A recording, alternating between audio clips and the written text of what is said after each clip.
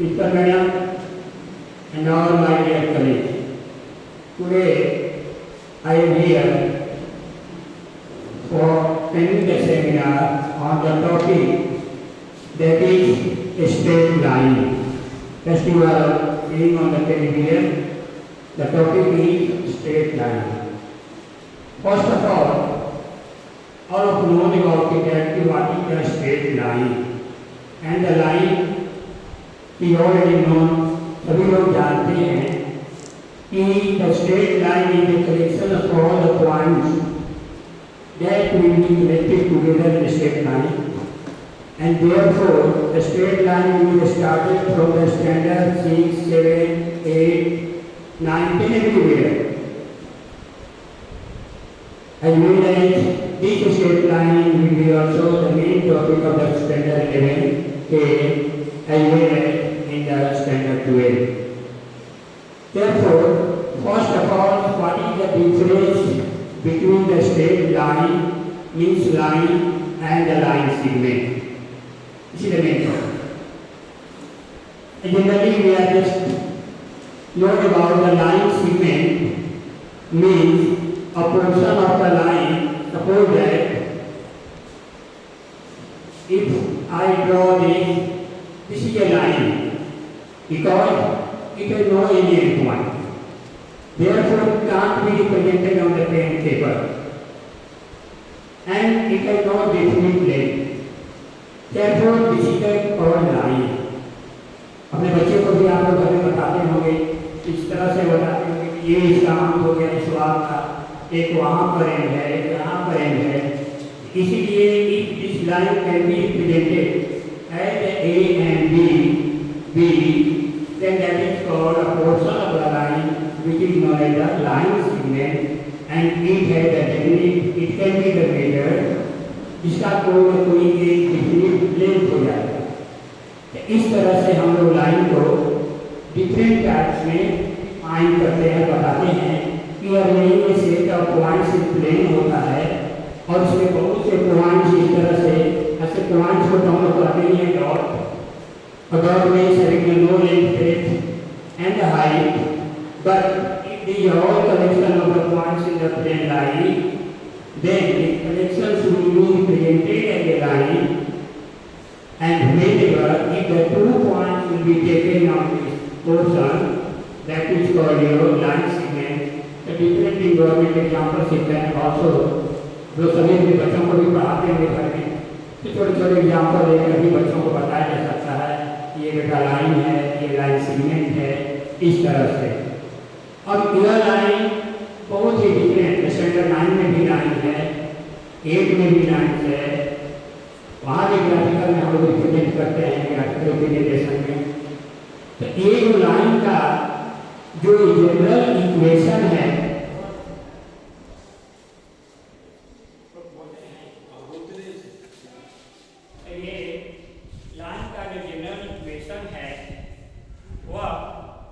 Variables में use किया जाता है. मीन्स 2 डायमेंशंस में हम लोग यूज करेंगे. इन वन वेरिएबल स्टैंडर्ड 9 में भी बच्चों को बताया जाता है, और इन 2 variable start from the standard 10, 11 and 12.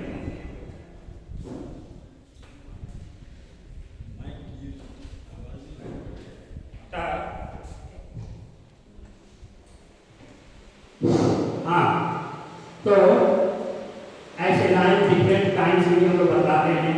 Types of line, कभी इंटरसेक्टिंग लाइन करते हैं हम लोग हैं, कभी पैरेलल लाइन्स करते हैं.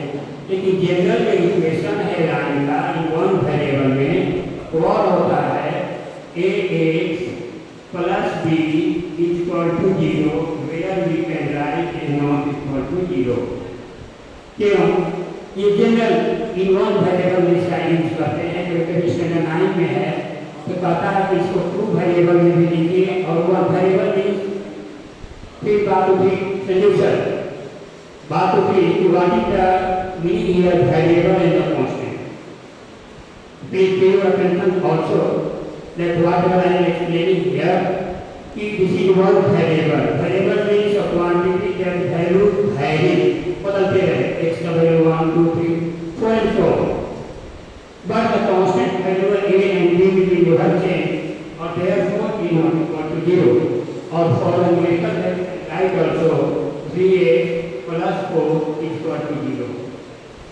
here x is the variable 3 and 4 are the constant. But if this will be 0, then there is no existence of the line रहेगी।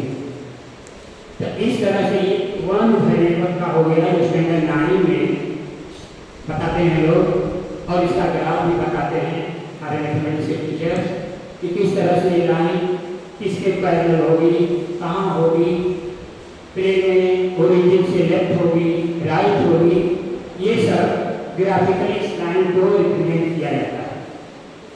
और कभी ये भी कहा जाता है कि इसको 2 वेरिएबल्स में दीजिए, तब इसी को हम लोग संजय सर प्लीज मेंशन किया कि 2 वेरिएबल्स में इस line can be written, Sanjay sir please, and 2 variables में 3x plus can be written है like 3x and then plus we write as 0y and plus 4 that is equal to 0. So see 2 variables here the coefficient of y is 0.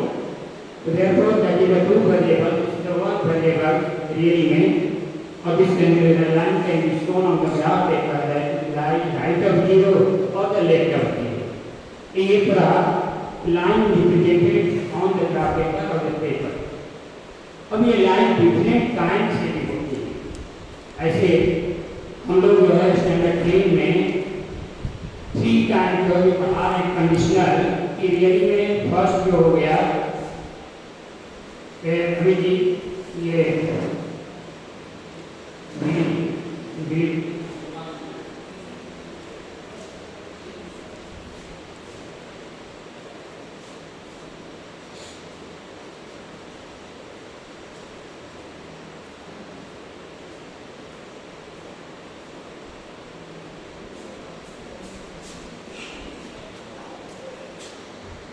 This was the introduction of the line for the standard 9 standard. कि इस तरह से line को हम graph पर parallel to x axis parallel to y axis represent करते हैं। क्योंकि लाइन की जो कंडीशन है वह Sanjeev sir Sanjeev sir general equation 2 variable line is like ax plus by plus c that is equal to 0. It's the general equation of the straight line. Or I am going to explain it with what are the conditions. Set a standard. What is the condition that the 2 lines, suppose that the 2 lines can be represented as a1x plus b1y plus c1 is equal to 0. Another is a2x plus b2y and plus c2 that is the 0. अभी हम कैसे जाने कि ये line जो represent की जा रही है वह पैरेलल है, इंटरसेक्टिंग है, कि कोइंसिडेंट है, ओवरलैप कर रही है, ये कैसे हम कंडीशन जाने? तो उसके लिए मैथमेटिक्स वालों ने कुछ कंडीशन बताया। तो बच्चे वहीं से कंडीशन दे करके पता लगा लेते हैं कि यह जो लाइन होगी वह यूनिक सोल्यूशन वाली होगी, माने कहीं न कहीं कटेगी, ये लाइन रेलवे ट्रैक बन जाएगी, पैरेलल हो जाएगी, या ये लाइन ओवरलैप कर जाएगी। तो ये तीनों कंडीशन स्टैंडर्ड 8 के जो टीचर्स हमारे हैं, हम भी हैं, तब वहाँ पर समझाई जाती है। समझिए सर। तो first condition that the 2 line, this is the line L1 and this is the line L2. There are 2 equations for the given lines laid are given you. The first अगला कंडीशन कि ये जो है unique solution को means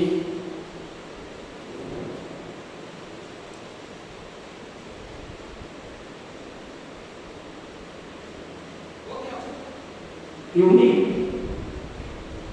solution it means that कि the both line, दोनों जो line है प्लेन में, तब इस कंडीशन में कटेगी आंसर।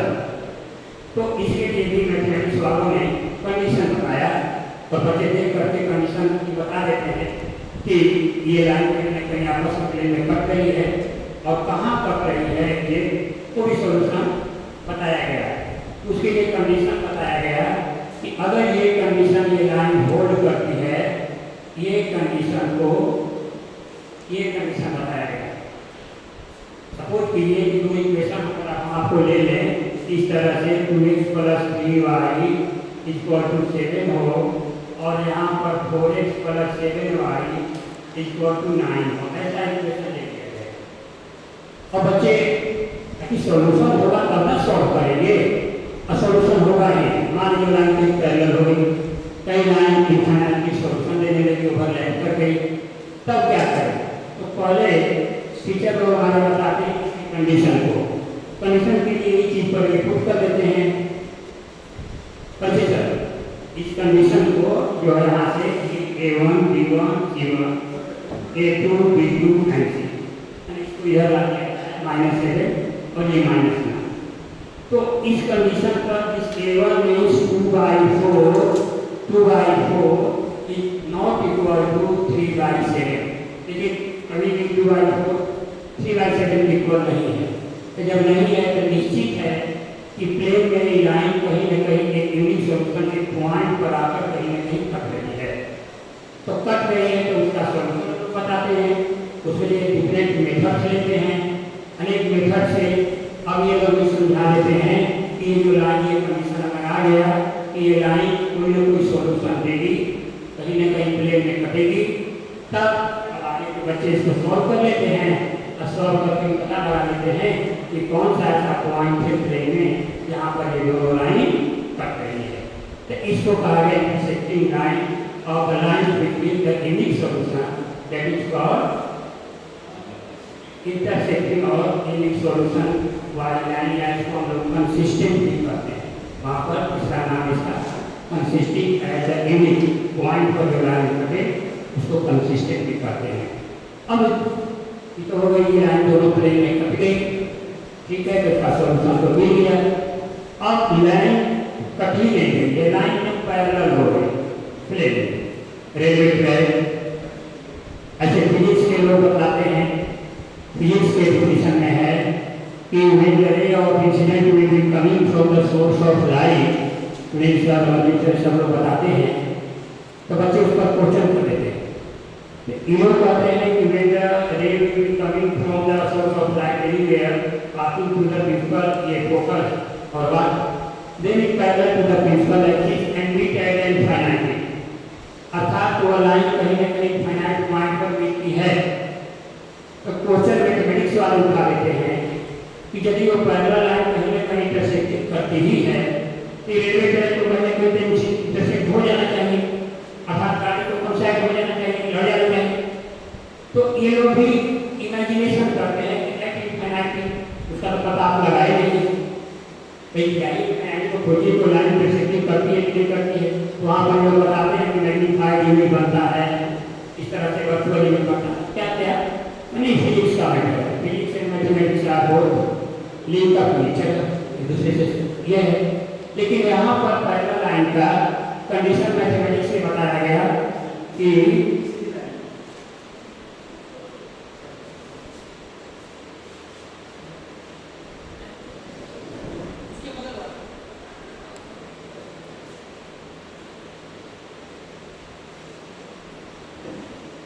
आप लोग समझ में कुछ रहे हैं ना, कुछ बता रहे हैं तो कुछ दिमाग में कुछ भी जा रहा है ना, तो ये स्टैंडर्ड 10, 11, 12 से सेमिनार सीनियर सेक्शन का आप लोग अटेंड कर रहे हैं। तो यहाँ कुछ दिक्कत होगा आपका बहुत ही ईजी में। अब आप लोग मान लीजिए मैथमेटिक्स उतना आगे नहीं पढ़े होंगे, फिर भी ट्राई कीजिएगा तो समझने की कोशिश समझिएगा, नो डाउट। अभी हमने क्या बताया रमन जी?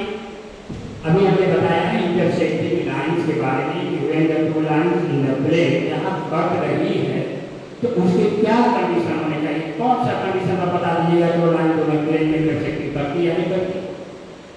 उसके कंडीशन हमने वही कंडीशन में बताया था A1/A2 not equal to B1/B2 दोनों एग्जाम कर ले। तो वो कंडीशन हो गया जब लाइन आपस में प्लेन में कहीं कट रही है, उसका कंडीशन। अब लाइन कटी ही नहीं और रेलवे ट्रैक पर एक लाइन पैरेलल हो गई, तब क्या करें? उसके लिए भी कंडीशन बताया मैथमेटिक्स ने कि अगर सपोज कीजिए कि ये two lines will be taken as A1x plus B1y plus C1 equal to 0 and another is A2x B2 by y plus C2 equal to 0। ये फिर दो लाइन आ गई। अब हमें पता लगाना ये है कि ये दोनों लाइन कहीं आपस में इंटरसेक्ट नहीं कर रही है, क्या कंडीशन इंटरसेक्टिंग वाला कंडीशन हम बता देंगे। अब पैरेलल के लिए ये दोनों लाइन इस तरह से आ जाएगी, जो रेलवे ट्रैक है ये लाइन L1 है, ये लाइन L2 है। और क्योंकि जब पैरेलल हो ही जाएगी तो फिर उसका कोई सोल्यूशन तो आएगा नहीं। सोल्यूशन तब आएगा कहीं कहीं लाइन कटे, लाइन कटेगी नहीं तो इसके लिए बच्चे पहले कंडीशन याद करते हैं, जानते हैं। तो वह कंडीशन इसलिए आता है कि अगर ये कंडीशन ये फॉलो करे, ये कंडीशन को ऐसा अगर आता है इस तरह से, तब कोफिशिएंट ऑफ x इंडिया का A1 है, कोफिशिएंट ऑफ x नीचे वाले में A2 है। तब अब उसके एग्जाम्पल देखिए, खुलेगा बता रहे हैं आपको कि ये कंडीशन वाली लाइन है कंडीशन, तो ये इक्वल टू 7 है और आगे ये 4x plus 8y equal to मान लीजिए 9 है, ऐसा कंडीशन। ये इक्वेशन में लिखा उसी का यहाँ पर इसी लाइन का इक्वेशन ये हो गया और इस लाइन का इक्वेशन ये हो गया। अब इस कंडीशन पर जो हमने कंडीशन लिखा है आपको, ये कंडीशन को अगर लाइन होल्ड करती है तो निश्चित है कि लाइन पैरेलल ही होगी। अदरवाइज देखिए अब यहाँ पर A1 जो हम कर रहे हैं ओरल की, ये कोफिशिएंट ऑफ x वाला कर रहे हैं। हाँ ये A1 मींस रमन ये वाला इंटरेस्ट लगाइएगा तो आपको बहुत बढ़िया समझ में आएगा। इंटरेस्ट लगाइए, देखिए A1 आपका 2 है, बता दिया हमने। A2 जो है आपका वो आपका 4 है, 4 की डाल दिया। कंपेयर कीजिए, कंपेयर कर रहे हैं। फिर देखिए एक पर B1 है, B1 को हमने देखिए आपको 4 डाल दिया और B2 जो है ये B2 है देखिए हमने 8 डाल दिया और बाकी ये जो है दोनों आपका C1 और C2 है।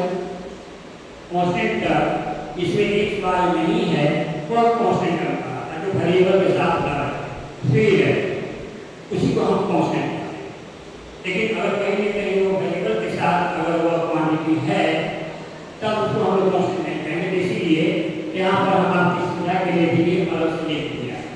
अब हम आपको ये दिखाएंगे कि क्या ये लाइन आपको हम दिए हैं और इस कंडीशन को फॉलो करती है नहीं करती है। अगर करती है तब वो लाइन पैरेलल है, अर्थात का कोई सोल्यूशन नहीं होगा। अगर नहीं करती है तब तो लाइन पैरेलल नहीं वो है, या तो लाइन कटे या तो लाइन पैरेलल हो या तो लाइन एक के ऊपर एक ओवरलैप है। जो लाइन जा रही है पहला वही लाइन होगी। जवाब तीनों ही कंडीशन पर आपको ये स्टैंडर्ड के लिए कि कभी आपका बच्चा ट्रेन में आएगा तो आप जाने हुए रहिएगा, ये आपके लिए सब फायदेमंद ही होगा।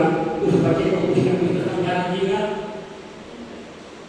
तो समझ लीजिएगा, सर्टिफिकेट है तो वो कहीं कहीं काम आएगा। अब ये मत बना लीजिए कि हम इंग्लिश के हैं तो हम मैथ के समझे, ये बात। अब हम आपका इंग्लिश समझ लेते हैं तो उस इंग्लिश को हम हर जगह बड़े बड़े अफसरों से बात करते हैं इंग्लिश में, वो कामयाब हुआ नहीं।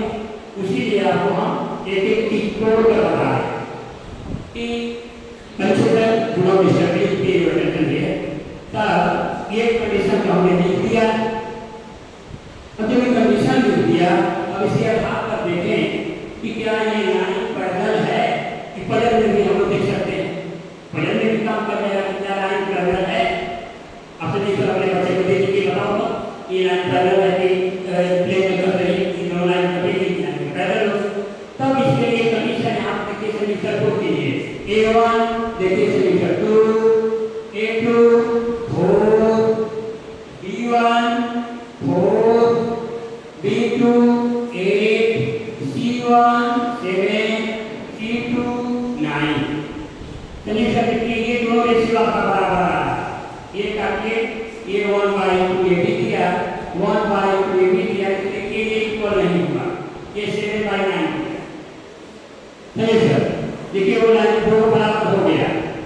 तो हमने कहा था, आपको लिखा था कि A1/A2 = B1/B2 तो होगा, लेकिन but not equal to C1 C2 हुआ, तब हम कह सकते हैं कि निश्चित रूप से यह लाइन पैरेलल ही लाइन है।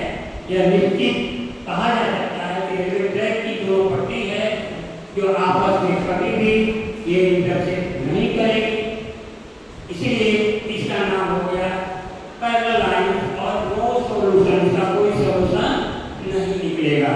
अर्थात प्लेन में ऐसे ही हम लोग खाली इसको रिप्रेजेंट कर देंगे, ड्रॉ कर देंगे, लेकिन इसका कोई सॉल्यूशन नहीं आएगा।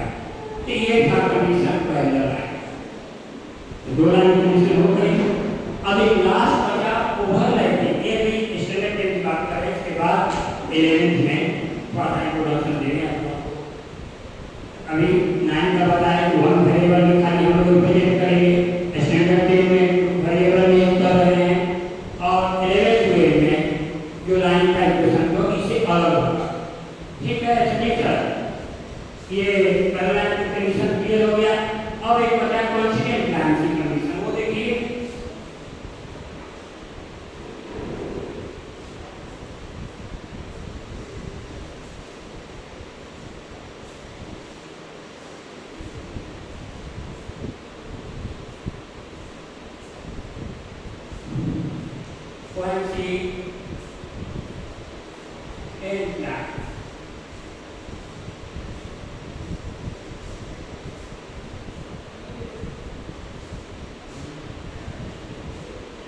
अब फिर वही equation a1x b1y plus c10 a2x b2y plus c20। अब ये कंडीशन सेम स्टेप लाइन का इक्वेशन वही। अब हमको ये बताना है कि जो लाइन पहले वाले रास्ते पर जा रही है उसी रास्ते पर ये भी लाइन सेम ओवरलैप करते हुए पास करेगी। इसके लिए कंडीशन बताया गया कि सिंस अगर ये कंडीशन को फॉलो कर जाए, इस कंडीशन को,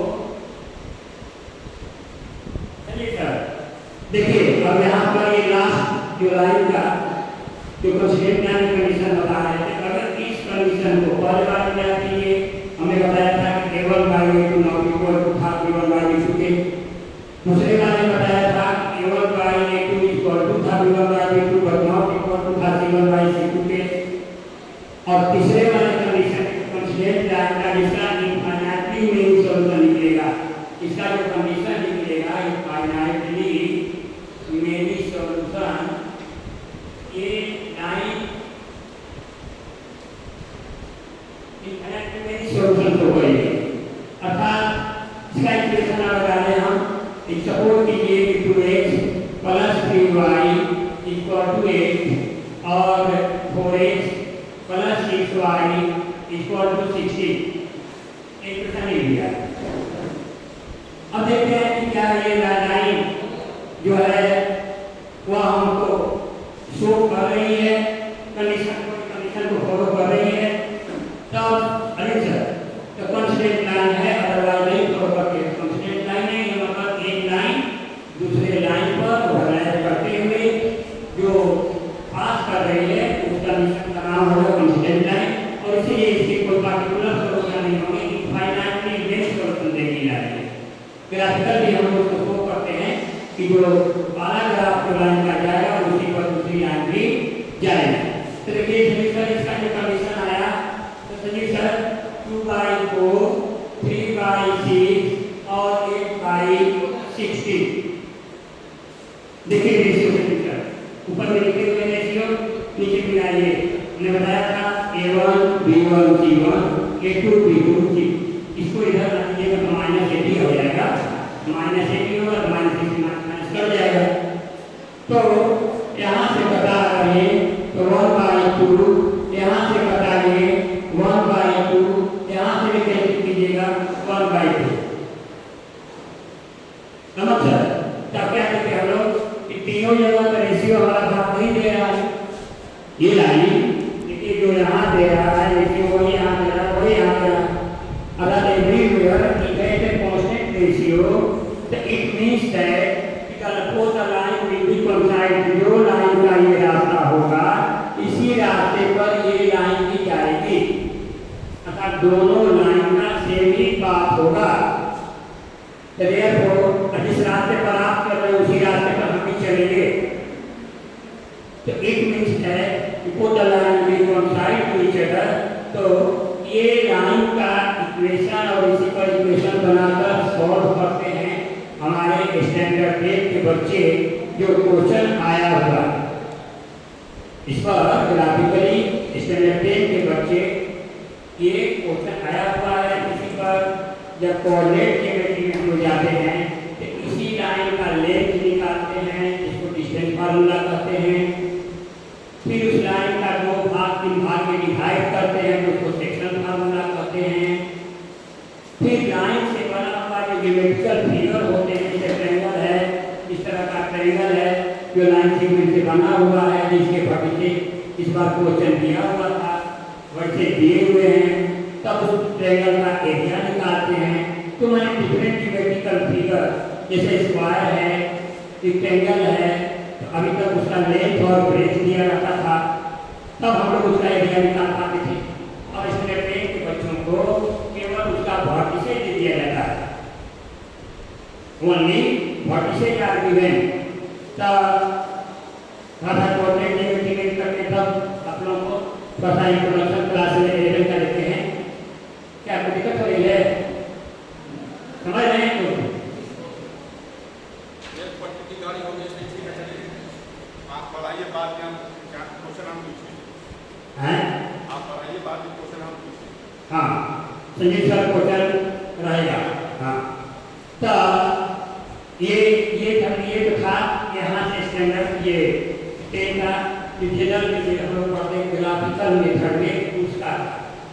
अब हमने बताया जैसे ट्रायंगल है, अभी इसी स्टैंडर्ड 10 में थोड़ा कोऑर्डिनेट ज्योमेट्री में डील करते हैं कि ज्योमेट्री का है बहुत सा पार्ट हो जाएगा आगे जाकर के, coordinate geometry, plane geometry, solid geometry and तो जब कोऑर्डिनेट ज्योमेट्री डील करेंगे तो कोऑर्डिनेट ज्योमेट्री में डिफरेंट टाइप के फिगर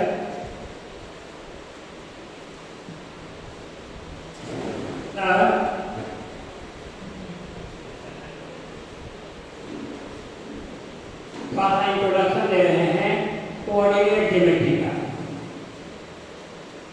कोऑर्डिनेट आशुतोष सुन रहे हैं? What is the coordinate geometry? Coordinate geometry क्या है? प्रिंसिपल है that you are also a teacher of the standard 10 and if you know us coming here on the stage, if anyone would ask me कि आप sir coordinate geometry में इन कराने लगे तो coordinate geometry इसलिए इन करा रहे हैं कि यहाँ की लाइन से बने हुए जो फिगर्स हैं, ट्रायंगल, एरिया, ये सब कि कोऑर्डिनेट ज्योमेट्री को हम लोग क्या डिफाइन करते हैं, कैसे डिफाइन करते हैं?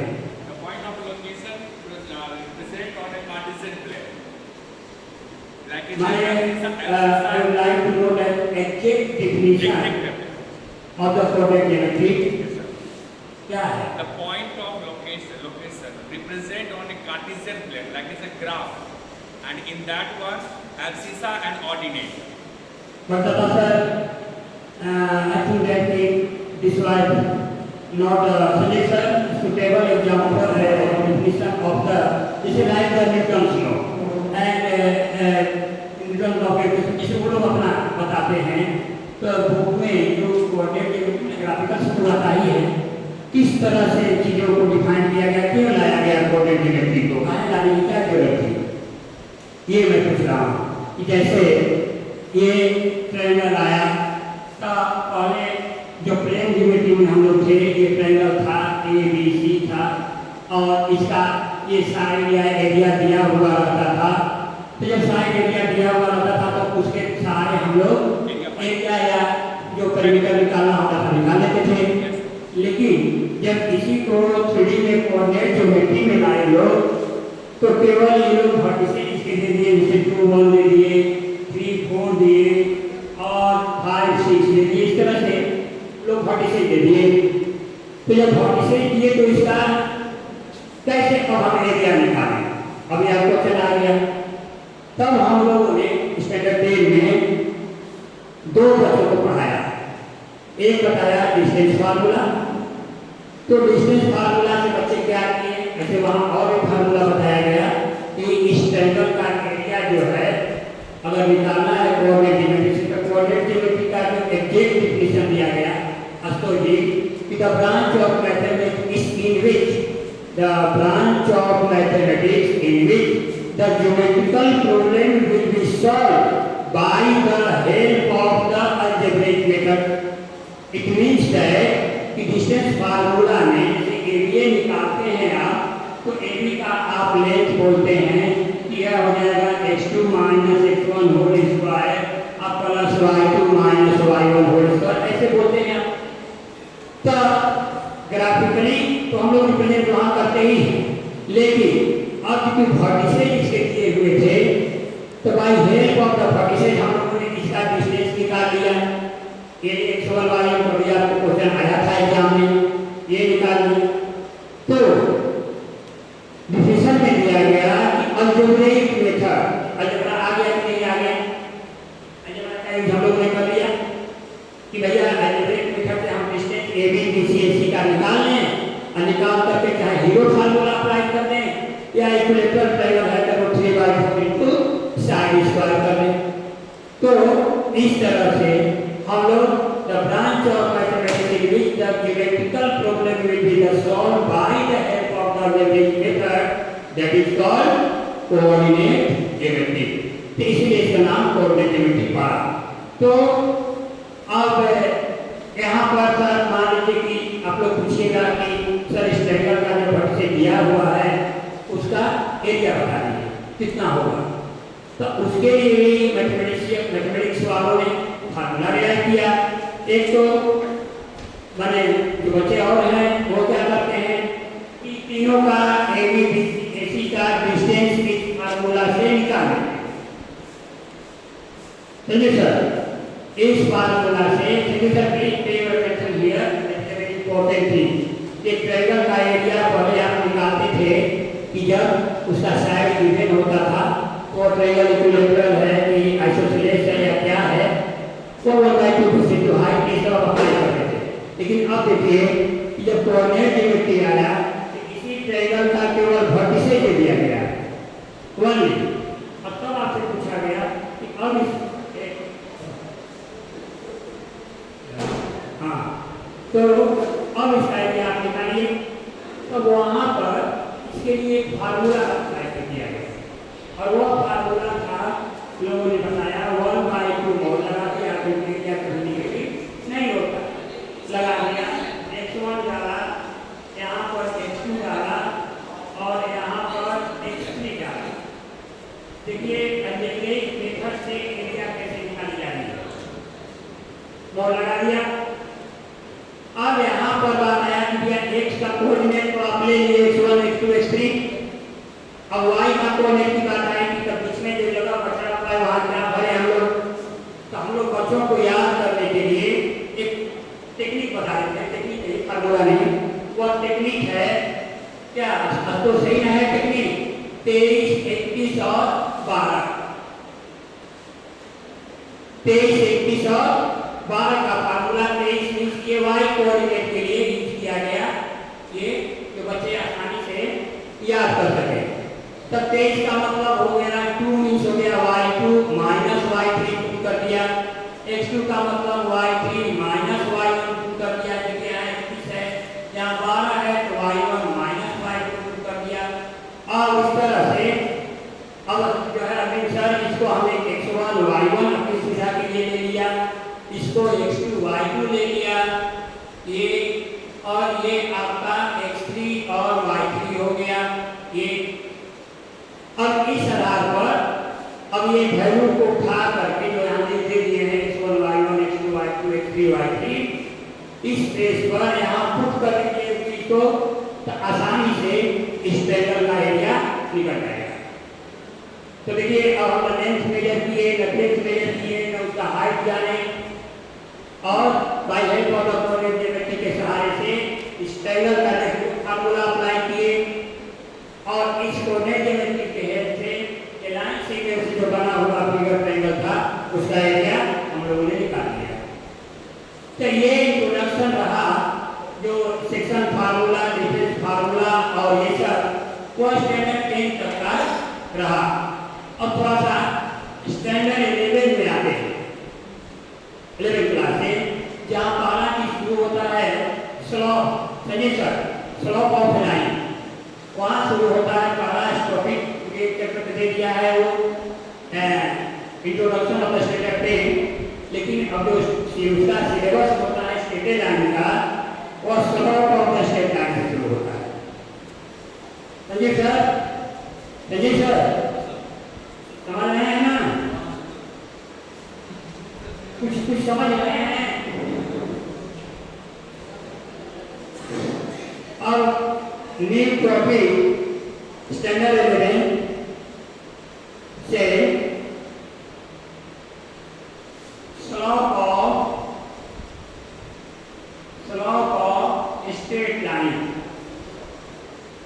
स्ट्रेट लाइन का वहां पर अब स्लोप बच्चे जाना चाहते हैं।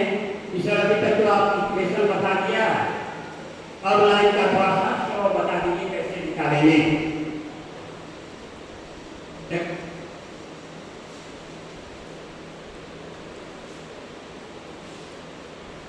तो देखिए, suppose this is our system that is divided two dimensional में, और there are 2 points. I am going to find out the slope of a line that lie in the plane. ये 11th वाले यहाँ से अब स्ट्रेट लाइन इंटरप्रिटेशन स्टैंडर्ड 6 से जो शुरू हुआ पॉइंट्स ऑफ लाइन इंटरसेक्टिंग, ये सब जितना था ट्रायंगल से बना हुआ कैसे उसका एरिया निकालना, ये सब स्टैंडर्ड 10 9 8 तक का। लेकिन अब जब सीनियर सेकेंडरी में थोड़ा सा आप लोग जाते हैं वहाँ पर आता है कि सपोज कीजिए कि 2 पॉइंट्स प्लेन में है ये, और ये पॉइंट प्लेन में है। दोनों पॉइंट को हमने ज्वाइन कर दिया इस तरह से, ए इसका कोऑर्डिनेट हमने दिया x1 y1, और ये भी इसका कोऑर्डिनेट हमने दे दिया x2 एंड y2। अब कहा स्लोप है क्या, किसको स्लोप कहेंगे? तो डिफाइन द टर्म में बताया गया कि स्लोप जो होता है यही में वह कोई भी लाइन, ये लाइन चाहे L1 हो या लाइन L2 हो, अगर वो लाइन एक्स एक्सिस का नॉट वाई एक्सिस, उसने कहा कि मीडियल एक्सिस को एक्स एक्सिस लिया जाता है, इस एक्सिस को, तो इस एक्सिस पर अगर ये लाइन जो पॉजिटिव डायरेक्शन में in the anti clockwise direction भी बता दिया, एंटी क्लॉकवाइज डायरेक्शन में अगर ये लाइन एक्स एक्सिस के साथ में जो एंगल बनाएगी, इसी लाइन का इन्होंने नाम दिया स्लोप ऑफ लाइन कहलाएगा। फिर से कि अगर कोई भी लाइन एक्स एक्सिस के साथ में in the positive direction of X axis पड़ेगा, but in the anti clockwise direction घड़ी की विपरीत अगर इस दिशा में ये एंगल बनाती है ये लाइन, तब इसको इन्होंने कहा कि यही लाइन का स्लोप कहलाएगा। तो अब बात उठाने की जगह सपोज कीजिए कि ए और बी प्लेन में है, तब इस लाइन का स्लोप हम कैसे निकालें, किस तरह से निकालें? तब इसके लिए इन लोगों ने बताया कि क्या कीजिए, एक परपेंडिकुलर आप यहाँ ड्रॉ कर दीजिए, एक परपेंडिकुलर आप यहाँ ड्रॉ कर दीजिए, और स्लोप को जनरली हम लोग लिखेंगे एम से लिखेंगे, और एम इक्वल टू होता है tan थीटा। कैसे आया बताएंगे आपको, इतना सीनियर सेकेंडरी की बात है। तब ये 2 परपेंडिकुलर हमने ए और ए को ड्रॉ किया, इस एक्स एक्सिस को ड्रॉ कर दिया, और एक यहाँ से परपेंडिकुलर इस बीसी इस पर ये पर या इसका नाम सी दे दिया। तब इन्होंने कहा कि जो यही एंगल बनेगा, ये एंगल ए थीटा है, जो लाइन का स्लोप कहलाएगा, ढाल कहलाएगा, ढाल। पता है क्लास से इंट्रोडक्शन था अभी कि अगर लाइन का स्लोप आता है तो लाइन का इक्वेशन कैसे निकाले, किस तरह से निकाले, तभी जब ट्रायंगल सब बनाएंगे। तो लाइन का इक्वेशन ही पता होगा तो हम कैसे बनाएंगे? तब देखिए अरविंद सर, ये कोऑर्डिनेट x1 ये OL है आपका, OL इक्वल टू देखिए x1 है x1 है, ये x1 और यहाँ से दूसरा यहाँ तक का जो कोऑर्डिनेट है ये देखिए x2 है, क्योंकि x2 है यहाँ, ये आपका x1 है और यहाँ से यहाँ तक ये जो डिस्टेंस है यहाँ से ये O है, तो OM इक्वल टू है आपका x2, ये यहाँ से यहाँ तक, तो therefore जो LM होगा वही तो AC होगा, जितना LM हुआ ये हमारा AC, LM इक्वल टू इन्होंने बताया LM इक्वल टू AC, यह कितना होगा, इन्होंने कहा कि x2 माइनस x1 होगा, अर्थात ये जो डिस्टेंस x2 माइनस x1 है, यही चीज यहाँ आ गया x2 माइनस x1, ये निकल गया, ये AC निकल गया मेरा x2 माइनस x1 डिस्टेंस, यहाँ से हम 4 कदम गए, वहाँ से हम 2 कदम गए, तो फिर हमारा जो है ये बीच का डिस्टेंस कितना हो गया, इसको इन्होंने बताया कि x2 माइनस x1 होगा। से ये परपेंडिकुलर डिस्टेंस मेरा ये था y1, ये y1 था, और ये मेरा यहाँ से यहाँ तक का जो डिस्टेंस है यह मेरा y2 है, ये y2 है।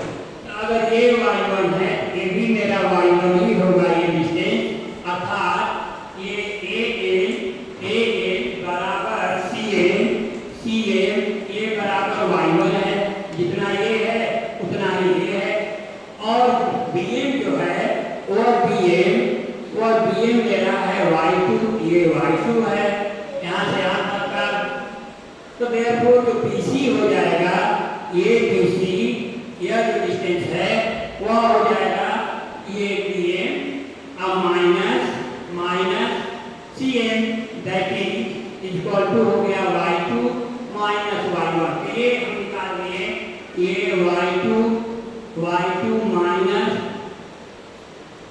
हम जानते हैं कि हमारे मैथमेटिक्स के भाई लोग भी समझ पाते होंगे, और अदरवाइज मत लीजिएगा, थोड़ा सा आप लोगों को ऐसा बने आपा चल रहा है, तो माने हम लोग ये सिखा रहे हैं कि बच्चे को हम लोग कैसे माने स्लो एंड स्टडी की तरफ धीरे धीरे पढ़ाएंगे। तो ये मत समझिए कि ये y2 y1 x2 y1 ये क्या बता रहे हैं, क्योंकि ये हायर स्टैंडर्ड का एक तरह से डेमोन्स्ट्रेशन दिया जा रहा है कि इसी तरह की पढ़ाई बच्चों को समझा करके हम लोग करते हैं।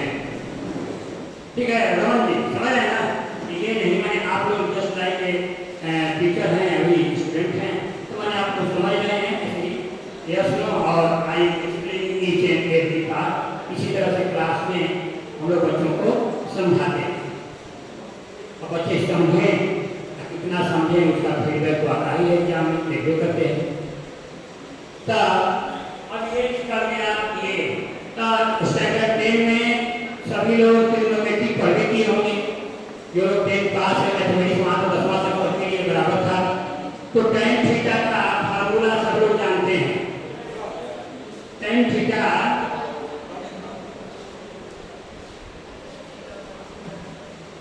हाँ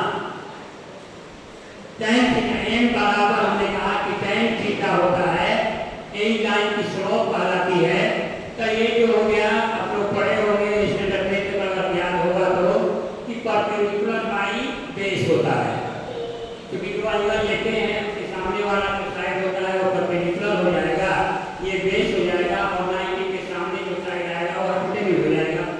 अच्छा बस फिगर में पढ़े होंगे आप लोग, तो ये tan थीटा बराबर आ गया, वो हो गया BC अब आई AC हो गया, AC that is equal to ये निकल गया y2 माइनस y1 अब आई x2 माइनस x1, यही हो गया लाइन का स्लोप। अगर हमको कोऑर्डिनेट पता है तो लाइन का स्लोप निकाला जा सकता है। और रजिस्टर यहाँ ध्यान दीजिएगा कि ये तो स्लोप तो आपको निकल गया, तो आप क्वेश्चन पूछिएगा कि सर सपोज कीजिए कि ये लाइन है AB, तो AB का कोऑर्डिनेट आपको हम दे देते हैं 2 है 1 है 3 है और 5 है, ये हम कोऑर्डिनेट आपको दे दिए, माने आप हमसे पूछ दिए, तो सर ये बता दीजिए आप कि अब इस लाइन का इक्वेशन क्या होगा। अभी तक तो आपको इक्वेशन दिया जाता था, अभी तक आपको लाइन की इक्वेशन दी जाती थी, तो आप सॉल्व करके उसका वैल्यू x से y निकालते थे, अब आपको x से y दे दिया गया है,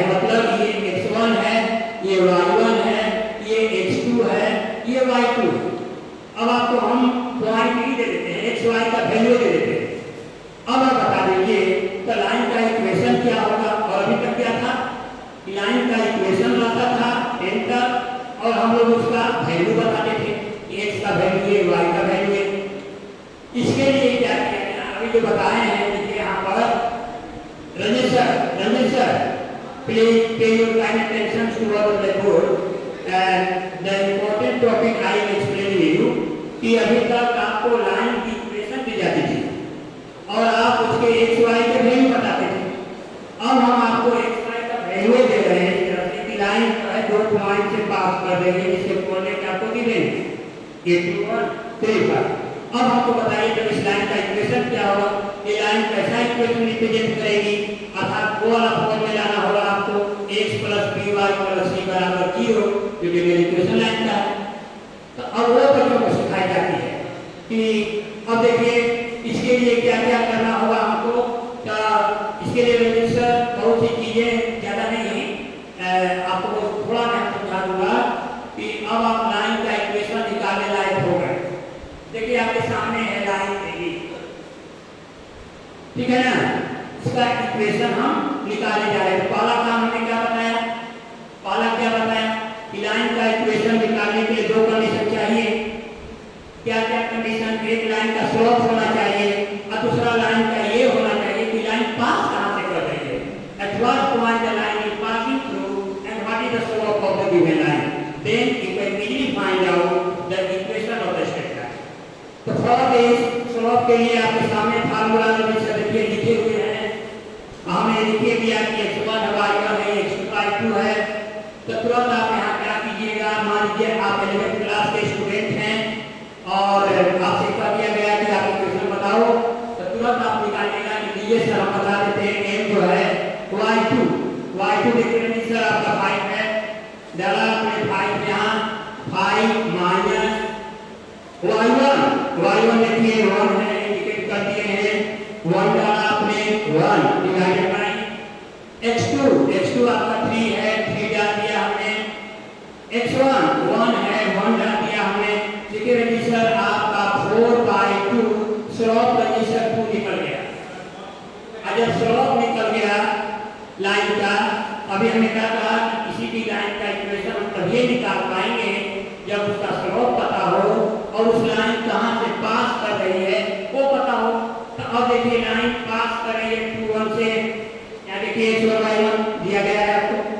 तो इक्वेशन ऑफ लाइन का जब वहां बताई जाती है कि इक्वेशन ऑफ जो लाइन है वह हो जाएगा y - y1 = m × x - x1, क्या दिया जाता है।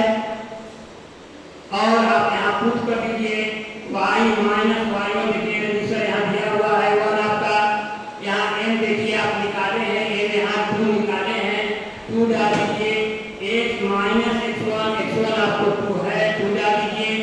और इस तरह से जब इसका इक्वेशन निकाले तो यह 2x - 4 हो गया। इस सबको उधर अगर आप ले गए तो 2x - y - 4 + 1 =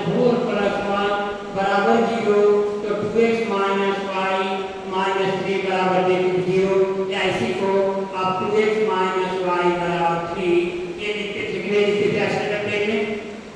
तो लाइन का इक्वेशन आप अब बनाना जान गए। अभी तक आपको बनाने के लिए बनाकर दिया जाता था, तो जैसे जैसे स्टैंडर्ड बढ़ते गया, मैथमेटिक्स वालों का रिसर्च बढ़ते गया और इस तरह से इस लाइन का इक्वेशन स्लोप फॉर्म में निकाला जा सकता है। तो ये रहा कि सर ये स्लोप फॉर्म तो आप बता दिए। अब मान लीजिए कि लाइन जो है वो कहीं अगर इंटरसेप्ट फॉर्म में है, तब कैसे आप इक्वेशन का निकालेंगे, हमको बताएंगे। लाइनें पर चल रहा था पहले वाले टॉपिक में से में हम लोगों ने खाली इसका कारण जाना कि लाइन किस टाइप की होती है, कहाँ करती है, प्लेन में कैसे करती है, क्या कंडीशन था उसका, इस सब फीडबैक बताइएगा आप लोग। उसके बाद अब स्टैंडर्ड में आ गए कि लाइन का वहाँ इक्वेशन दिया जाता था तो आप उसका सोल्यूशन करते थे। अब आपको सोल्यूशन दिया जा रहा है, लाइन का इक्वेशन बनाना है। तो ये था पहला टाइप का, इस तरह से लाइन का इक्वेशन निकाल सकते हैं आप। लेकिन अब क्वेश्चन इसको उठा दिया लोगों ने कि ठीक है ये तो बड़ा आसान था, आप निकाल दिए कि x1 y1 लाइन पास करती है, तो आप उसका निकाल लिए इक्वेशन। अब अगर ये लाइन ऐसी पार्ट की अगर है तब कैसे इक्वेशन आप निकालेंगे। तो उसके लिए भी समाधान, for every problem there is solution. अब उसका सॉल्यूशन क्या था, पता उसके लिए भी अभी सर है ना सुनिए ना। तो देखिए रजिस्टर का ध्यान से देखिए, आपका 11th में मैथमेटिक्स का रजिस्टर और ऐसे गया पर इसके अच्छे प्रोडक्ट के थे। तो आप समझिए आप 11th में मैथमेटिक्स पढ़े हैं, तो रजिस्टर का ध्यान दीजिएगा इस पर कि अभी ये मैथमेटिक्स वालों ने क्वेश्चन उठा लिया कि ठीक है वो तो तुम्हें ये बता दिए, ये लाइन मैंने आपको दे दिया, हमने कहा दीजिए तो ये लाइन जो है क्या अगर आपको ठीक है ये लाइन का नाम L1 दे दिया और ये लाइन A और B पॉइंट पर इस एक्सिस को इंटरसेक्ट कर रही है, जो सिस्टम की एक्सिस है, x and y axis, that is your x axis और this is your y axis, ये दे दिया गया और ये बता दिया गया कि ये जो लाइन है वह एक्सिस पर इंटरसेक्ट बना रही है, पूरा खंड बना रही है, भाग बना रही है। तो कहा कि अब कौन सा इंटरसेप्ट बना रही है, तो कहा कि ये इंटरसेप्ट बना रही है, इस पर ए इंटरसेप्ट बना रही है और इस एक्सिस पर ये बी इंटरसेप्ट बना रही है। तो अब इसका आप इक्वेशन बता दीजिए कि क्या होगा। तो मैथमेटिक्स वाले के हाल मानने वाले तो है नहीं, वो रास्ता निकाले कि देखो वो रास्ता निकालते हैं। इन्होंने क्या किया कि एक का कोऑर्डिनेट देखिए निकाल लिया कि आप जानते करते हैं सर कि y एक्सिस पर x0 होता है, तो भैया इसका कोऑर्डिनेट निकल गया 0 और b, हम पता लगा दिए कि आप कहां पर हैं, एग्जैक्ट जो कोऑर्डिनेट ज्योमेट्री हम लोग पढ़ते हैं तो आपको हम पता लगा देंगे कि आप कहां पर छिपे हुए हैं। तो यहां भी पता लग गया कि इसका कोऑर्डिनेट देखिए 0 और b था, और फिर जब b की कोऑर्डिनेट की बात होती थी तब बताइए भाई कि b का कोऑर्डिनेट क्या था। तो इन्होंने कहा कि देखिए साहब ये ओरिजिन था, तो ओरिजिन से रजिस्टर a मीटर गए हैं, इसलिए इसका कोऑर्डिनेट x एक्सिस पर है, इसलिए ये 0 हो गया, y x एक्सिस पर 0 होता है और जो है x y एक्सिस पर 0 होता है। तो दोनों तरह के कोऑर्डिनेट मिल गया, फिर रजिस्टर वही हो गया जो अभी हमने बताया था। क्या बताया था कि देखिए साहब ये लाइन का इसका मतलब कि a और ये b हो गया, तो ये लाइन पास कर रही है 0 और b से और ये लाइन पास कर रही है a और 0 से। कभी वाला पाले पीछे से क्या पर था वही आ गया था इंटरसेप्ट फॉर्म में, आपने उसको ला दिया इस तरह से, जो पॉइंट्स फॉर्म में लाइन आ गई। तो तुरंत आप क्या करेंगे, इसका स्लोप निकालेंगे। भाई पहले नंबर की लाइन का स्लोप होना जरूरी है, स्लोप निकाल लीजिए। यहाँ आपने m निकाला, फार्मूला रजिस्टर वही लगाया, ये कोई फार्मूला कब है नहीं आपका, x2 minus x1 difference of the y coordinate by the difference of the x coordinate. और जब इसका लगाया आपने तो y2 आपका ये है x1 y1 और ये है आपका x2 y2, ये x2 y2। तो यहाँ पुट कर दिया आपने तो m बराबर निकल गया, ये y2 हो गया 0, y1 हो गया b, x2 हो गया a और x1 हो गया 0। तो निकल गया आंसर आपका जो स्लोप था वो आ गया -b/a, स्लोप निकल गई। चलिए सर, अगर स्लोप निकल गया, लाइन का ढाल को कहते हैं सर, ऐसे लाइन है ना, तो इस तरह से लाइन अगर है वो इसका स्लोप कितने पर आप जा रहे हैं, एट व्हाट एंगल, इस तरह से अगर ये निकल ही गया तो अब हमको चाहिए क्या, इक्वेशन चाहिए लाइन का।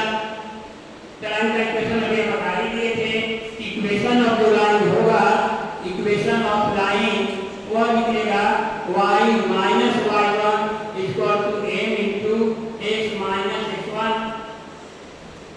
इस फार्मूला को अप्लाई कर देंगे और जब कर देंगे तो देखिए y minus y1, y1 आपको हम इंडिकेट किए थे कहीं, यहाँ देखिए इंडिकेट किए हैं, y1 आपका b है, तो b m निकाले -b/a -b/a x minus x1, x1 को हमने लिखा था आपका x1 आपका 0 है, रजिस्टर 0 डाल दिया। अब क्रॉस मल्टीप्लाई कर दिया तो आपके पास रिजल्ट आ जाएगा, तो ay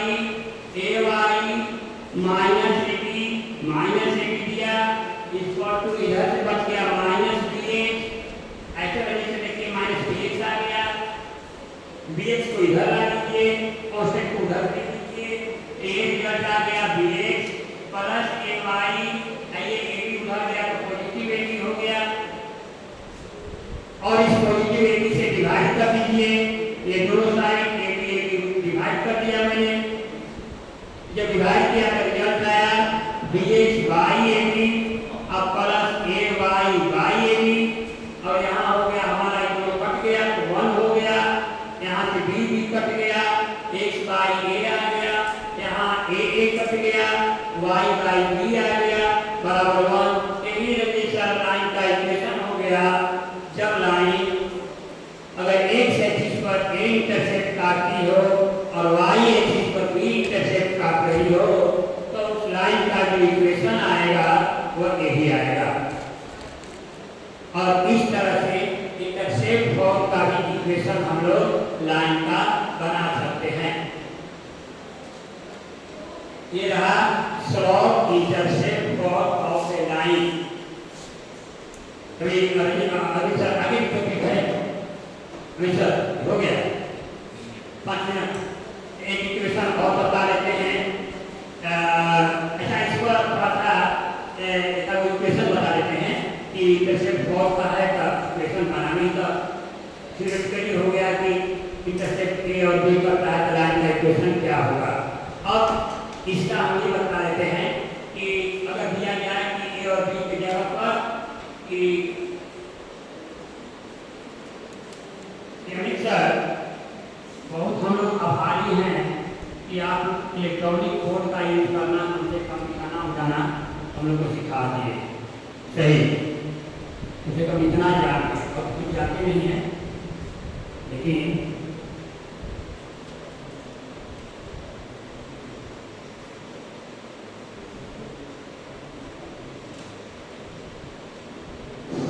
हाँ अभी इस सिस्टम मेरा है, ठीक है।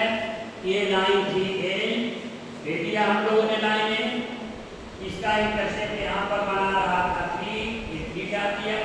लाइन जो है x एक्सिस को ए पर और y एक्सिस को b पर, ये y एक्सिस था इंटरसेप्ट कर रही है, वो d मेरा था, और इस पर इंटरसेप्ट ये लाइन 4 बना रही है। अब इस लाइन का हमको इक्वेशन चाहिए, कोई एक जगह पर लिख सकती पुट कर दीजिए। ये आपका ए है, ए इंटरसेप्ट, और ये आपका इंटरसेप्ट हो गया बी इंटरसेप्ट। और हम फार्मूला भी बताइए दिए थे आपको कि जब इंटरसेप्ट फॉर्म की लाइन का इक्वेशन लिखना हो तो equation of this line, equation of this line a equal to क्या था, x बाई ए, x का intercept, y by b, b का इंटरसेप्ट, बार वन डाल दिए। Producer please pay your attention, Producer please pay your attention on the blackboard. That is the topic going on at the last moment. This intercept is at x by 3 plus this intercept is y by 4 is for 1 डाल दिए, y a और b का value डाल दिए तो निकल गया equation जो है, यहाँ आ गया 4x, यहाँ आ गया 3y, अब y आ गया नीचे एलसीएम 12, ये हो गया हमारा रिजल्ट 1। तो देयरफॉर हम लिख सकते हैं इसका इक्वेशन कि 4x plus 3y equal to 12। देखिए रजिस्टर यही लाइन का इक्वेशन। और याद कीजिए कि पहले आपको स्टैंडर्ड 10 में 9 में लाइन की इक्वेशन दी जाती थी और आपको सॉल्यूशन बताना होता था। अब आपको सॉल्यूशन दिया जा रहा है और लाइन का इक्वेशन बताना है, because you are in the standard class और in the higher section, therefore your mind will be growing, therefore the problem will be the difficult to difficult level, and you will have to face the so many difficulty in the forthcoming examination that will be the or the